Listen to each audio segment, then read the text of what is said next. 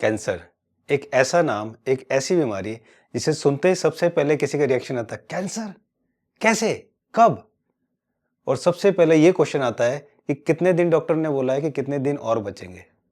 नमस्कार दोस्तों, मैं हूं मानस समर्थ और जैसा कि मैंने आपको बताया कि कितनी खतरनाक बीमारी है, तो आज इस वीडियो में जानेंगे कि एक्चुअली कैंसर क्या है, कैंसर क्यों होता है और कैंसर कितना खतरनाक है, क्या ये सही भी होता है? और दोस्तों इस वीडियो में जितनी भी बातें करेंगे वो सारी बातें डिपेंड करती हैं डॉक्टर विष्णुप्रिया चौधरी और डॉक्टर खादर वली की रिसर्च, उनकी जो किताबें हैं, उन्होंने जो बोला है कैंसर के ऊपर, उनका जो ट्रीटमेंट है, उनकी जो चीज़ें हैं जिसको मैंने पेशेंट्स पे अप्लाई किया है, इन लोगों के एक्सपीरियंस से उन सब की बातें इस वीडियो में करेंगे। और मिलवाऊंगा मैं आपको महाराष्ट्र की एक 6 साल के बच्चे विभा डोनोडे से, जो ब्लड कैंसर से जूझ रही हैं। इनसे मिलेंगे और इनसे भी पूछेंगे कि क्या हो रहा है।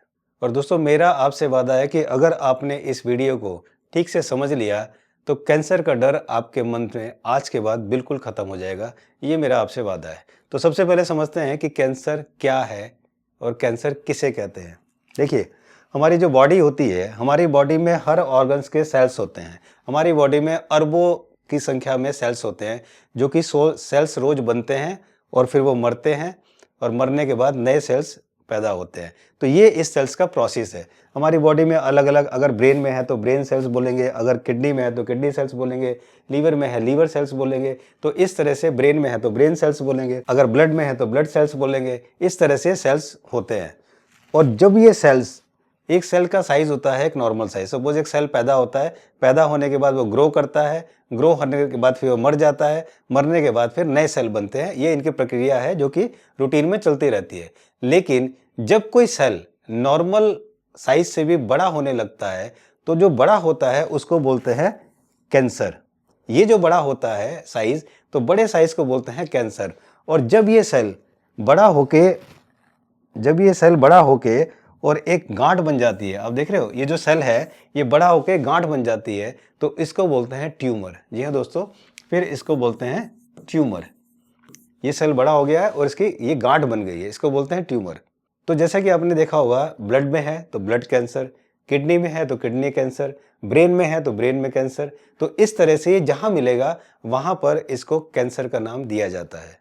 तो अब हम जानेंगे कि इसकी होने की वजह क्या है। इसकी होने की वजह एक बहुत बड़ी मानी जाती है। डॉक्टर खादर वली जो मानते हैं वो मानते हैं गेहूं, क्योंकि गेहूं में बहुत ज़्यादा पेस्टिसाइड होता है, गेहूं में ग्लूटेन होता है, जिसकी वजह से कैंसर एक बहुत बड़ा उसका रीज़न होता है। तो उनका कहना है कि ये एक बहुत बड़ा रीज़न है गेहूं खाना। दूसरा, animal protein. Doctor Vishnupriya Chaudhary, doctor Khadar Vali दोनों का मानना है कि एनिमल प्रोटीन एक बहुत बड़ी वजह है कैंसर के लिए। एनिमल प्रोटीन में जैसे आपको नॉनवेज आ गया या आपका दूध और दूध से बनी हुई चीज़ें आ गई। उसका एक बहुत बड़ा रीज़न ये भी मानते हैं कि जो हमारे अब कैटल हैं ये सारे जेनेटिकली मॉडिफाइड हैं, और इसलिए जो हम दूध पी रहे हैं या दूध से बनी हुई चीज़ जो खा रहे हैं, मीन्स एनिमल प्रोटीन जो हम ले रहे हैं, खा रहे हैं, तो इस ये वो नहीं है जो हम सोच रहे हैं। और इसके अलावा जो कि पेस्टिसाइड्स, आपको पता ही है कि ग्रेन्स में कितने ज़्यादा पेस्टिसाइड्स हैं, तो पेस्टिसाइड्स की वजह भी एक बहुत बड़ी मानी जाती है कैंसर के लिए। इसके अलावा पान पराग, गुटखा, पान मसाला आप जानते ही हैं, सिगरेट जो आप जानते हैं, जिसकी वजह से ये भी एक माउथ कैंसर के लिए बहुत बड़ा रीज़न होता है। इसके अलावा मैं बात करता हूँ पंजाब की। पंजाब में बहुत ज़्यादा खेती है, पंजाब में बहुत ज़्यादा गेहूँ उत्पादन होता है और वहाँ पर सबसे ज़्यादा पेस्टिसाइड्स का यूज़ होता है। और कमाल की बात देखिए कि पंजाब बड़ा खुश होता है कि हम एक बहुत ही विकसित राज्य है, हम बहुत ज़्यादा पैसे वाले हैं, हम बहुत ज़्यादा अनाज पैदा करते हैं, लेकिन बहुत ज़्यादा कैंसर के केसेस भी पंजाब के अंदर है। उसका रीज़न पेस्टिसाइड्स। जी हाँ दोस्तों, पेस्टिसाइड्स एंड केमिकल बहुत बड़ा रीज़न है कैंसर होने का। तो ये हमने जाना कि कैंसर क्या होता है और कैंसर होने के रीजंस क्या हैं, कुछ हमने डिस्कस किया। अब हम बात करते हैं इसकी क्योर की, कि क्या ये क्योरेबल है, क्या ये क्योर होता है। तो मैं यहाँ पर एक एग्जांपल देता हूँ आपका, वो है विभा डोनोडे। विभा डोनोडे जो 6 साल की बच्ची है, इस बच्ची को ब्लड कैंसर है और 3 महीने पहले इन्होंने मुझसे कॉन्टैक्ट किया, मेरी वेबसाइट के थ्रू इन्होंने मुझसे कॉन्टैक्ट किया, मेरे से कंसल्टेशन लिए। हमने इनको डाइट चार्ट बना कर दिया, हमने इनको बताया किस तरह से होना है, और हमने इनको बताने के बाद इन्होंने बहुत अच्छा फॉलो किया। मैं यहाँ पर आपको थोड़ा सा बताना चाहता हूँ कि जो ब्लड कैंसर होता है, ब्लड में क्या होता है, 3 चीज़ें होती हैं। प्लेटलेट्स होती हैं, WBC means white blood cells होते हैं, और RBC यानी कि रेड ब्लड सेल्स होते हैं। तो ब्लड कैंसर के केस में ये जो WBC होते हैं ये इस सेल्स को खा जाते हैं, तो हमारी बॉडी के अंदर रेड सेल्स खत्म होने लगते हैं। यही ब्लड कैंसर होता है। इसका बहुत बड़ा रीज़न एक ये भी है कि जो हमारी बोन मैरो है, बोन मैरो के अंदर ब्लड स्टेम सेल्स होते हैं। ये जो ब्लड स्टेम सेल्स होते हैं, इन सेलों से ही रेड सेल्स बनते हैं, वाइट ब्लड सेल बनते हैं और प्लेटलेट्स बनती हैं। तो हमने जब इनको देखा और काम किया और हमने जाना कि अगर हम बोन मैरो पे अच्छा काम करेंगे तो बोन मैरो से इनका रेड सेल्स बनने शुरू हो जाएंगे। तो जब इनको ब्लड सेल, इस पे कोडो मिलेट बहुत अच्छा काम करता है, कोडो मिलेट बहुत अच्छा काम करता है। तो कोडो मिलेट भी इनको बहुत खिलाया गया और उसके बाद नतीजा ये हुआ कि इन्होंने बहुत अच्छे से रिकवर करना शुरू किया। तो आइए मिलते हैं विभा डोनोटे से। नमस्कार दोस्तों, मैं हूं मानस समर्थ और मेरे साथ हैं महाराष्ट्र से मिस्टर महेश डोंडे और उनके साथ है उनकी 6 साल की बेटी विभा डोंडे। तो आइए जानते हैं कि इन्हें क्या परेशानी है। तो इनको क्या दिक्कत परेशानी थी? इनको डॉक्टर साहब ने बताया थे ब्लड कैंसर है करके। अच्छा अच्छा। और काफी बहुत दिन से तबीयत खराब थी इनकी। अच्छा, और इनको बोन मैरो चेंज करने के लिए बोला था? जी जी। अच्छा, तो चेकअप करने के लिए बताए थे। अच्छा, तो कितना खर्चा बताया था आपको, कितना खर्चा लगेगा? तकरीबन उन्होंने 12 लाख प्लस बताए थे। अच्छा, और पूना में बताए थे करना पड़ेगा करके। तो आपके पास 12 लाख थे क्या देने के लिए? नहीं सर, 12 लाख नहीं थे। अच्छा, तो फिर आपको मेरे बारे में कैसे पता चला, किसने बताया?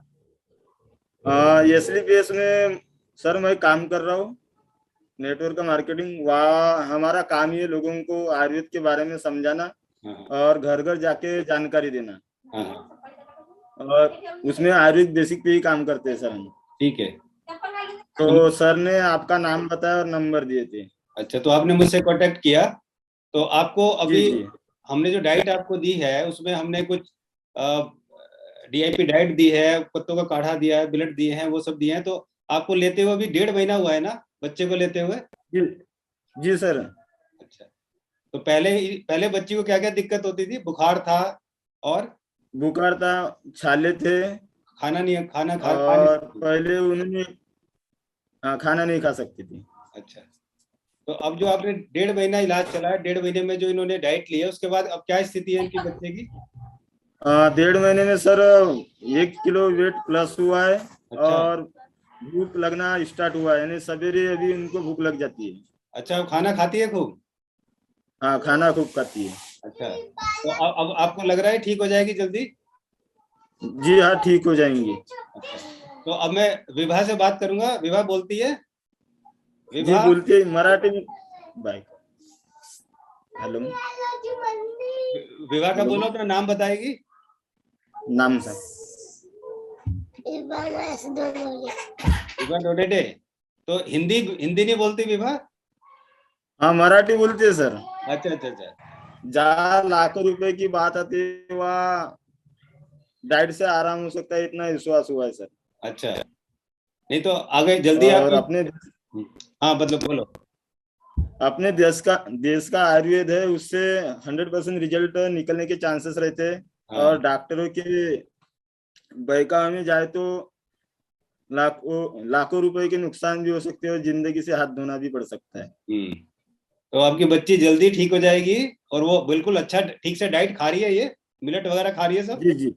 अच्छा, जी जी। अगर आप इसे ठीक से सब डाइट खिलाओगे, फ्रूट वगैरह मिलेट वगैरह खिलाओगे, जल्दी ठीक हो जाएगी। तो आप कुछ कहना चाहेंगे? मैं कहना चाहता हूँ कि अगर से डॉक्टरों के बहकावे में जाए तो हमारा हिंदुस्तान कहीं ना कहीं उस कगार पे आ सकता है कि देश में बहुत सारी बीमारियां यानी दुर्घटनाएं हो सकती है सर। हाँ हाँ हाँ, ठीक है। तो ये आप संदेश घूम घूम के सबको दे रहा, ताकि जी सब बिल्कुल। लोग इस तरह से बर्बाद ना हो, उनका घर बर्बाद ना हो, उनकी जिंदगी खराब ना हो।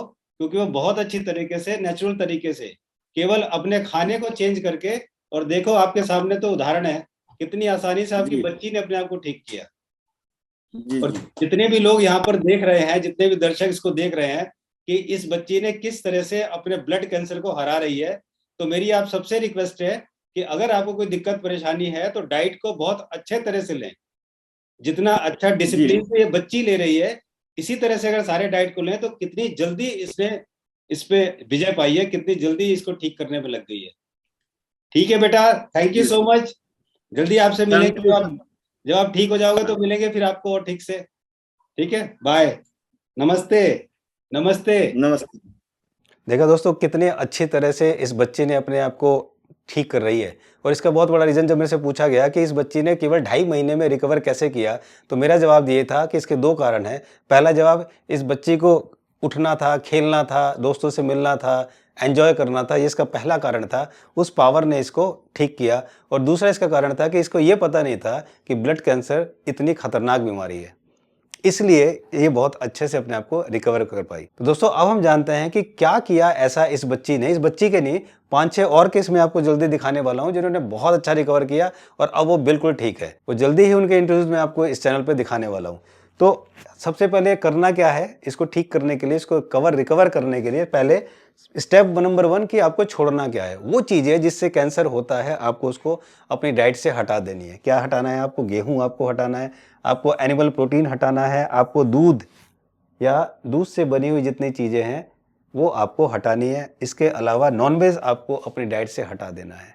तो जब ये इतना काम करेंगे तो आपको रिकवर करना शुरू करेंगे। इसके अलावा स्विगी, ज़ोमैटो इन जैसे चीज़ों को भी आपको अपनी डाइट से हटाना है कि केवल बहुत आसानी से ये लोग आपके दरवाजे तक पहुंच जाते हैं, लेकिन आसानी से आपके दरवाजे तक बहुत सारी बीमारियां भी लेकर आते हैं। तो इनसे आपको दूर रहना है। और ये जो चीज़ें हैं, जो स्ट्रीट फूड है, जो कि आप बहुत अच्छा मानते हैं, इससे आपको दूर रहना है। तो ये हमने बात की कि आपको छोड़ना क्या है। अब हम बात करते हैं कि आपको खाना क्या है। ये स्टेप 2 है कि आपको क्या खाना है। सबसे पहले आपको फ्रूट्स एंड रॉ वेजिटेबल, ये आप अपनी डाइट में शामिल करेंगे। इसके बाद आप खाएंगे मिलेट्स। मिलेट्स वो जो कि ज़बरदस्त फाइबर जिसमें होता है, जिसको हम पॉजिटिव ग्रेन्स बोलते हैं। जी हाँ दोस्तों, ये बहुत अच्छा काम करता है कैंसर पे।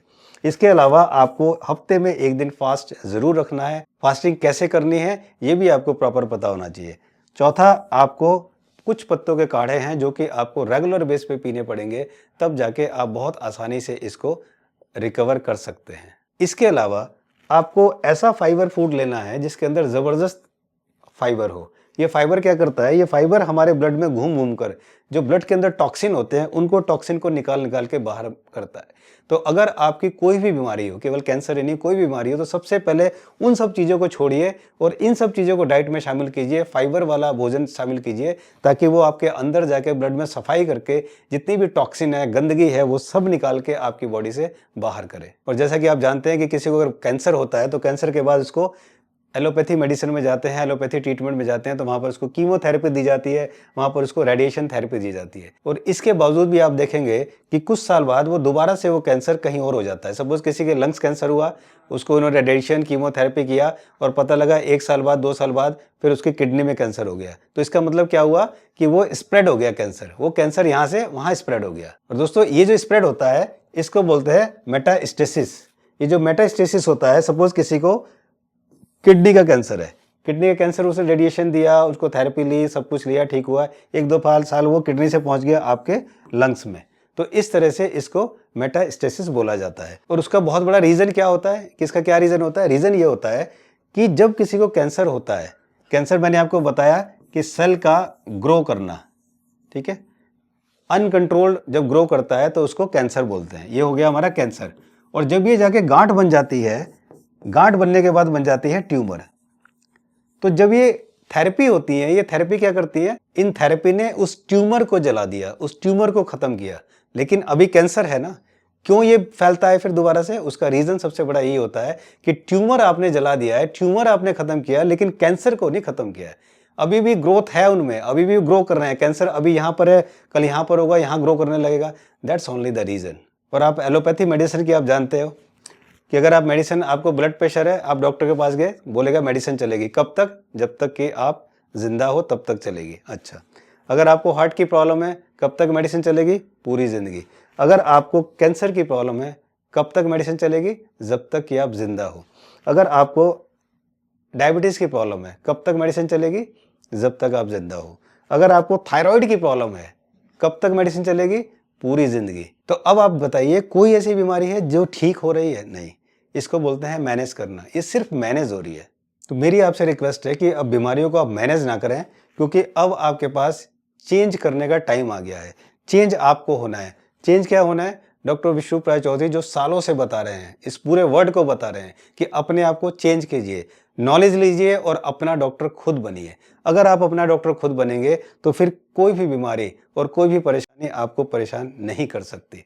तो दोस्तों, आपने देखा किस तरह से हम अपनी बड़ी से बड़ी बीमारी को भी कितनी आसानी से ठीक कर सकते हैं, लेकिन उसके लिए हमें एक प्रॉपर नॉलेज होनी चाहिए। अगर हमें नॉलेज नहीं होगी तो हम ब्लड प्रेशर और थायराइड जैसी छोटी सी बीमारी को भी ठीक नहीं कर पाएंगे। लेकिन अगर हमें नॉलेज है तो हम खुद अपनी कैंसर जैसी बीमारी को भी आसानी से ठीक कर पाएंगे, जिस तरह से 6 साल की इस बच्ची ने किया, जिसको मैंने आपको दिखाया था। तो दोस्तों, अगर आप हमसे कंसल्ट करना चाहते हैं, कंसल्टेशन लेना चाहते हैं, तो मेरी वेबसाइट manassamar.com पर जाके आप कंसल्ट मानस में जाके आप कंसल्ट कर सकते हैं। आप जान सकते हैं कि किस तरह से आप इसको ठीक कर पाएंगे, चाहे बीमारी कोई भी हो।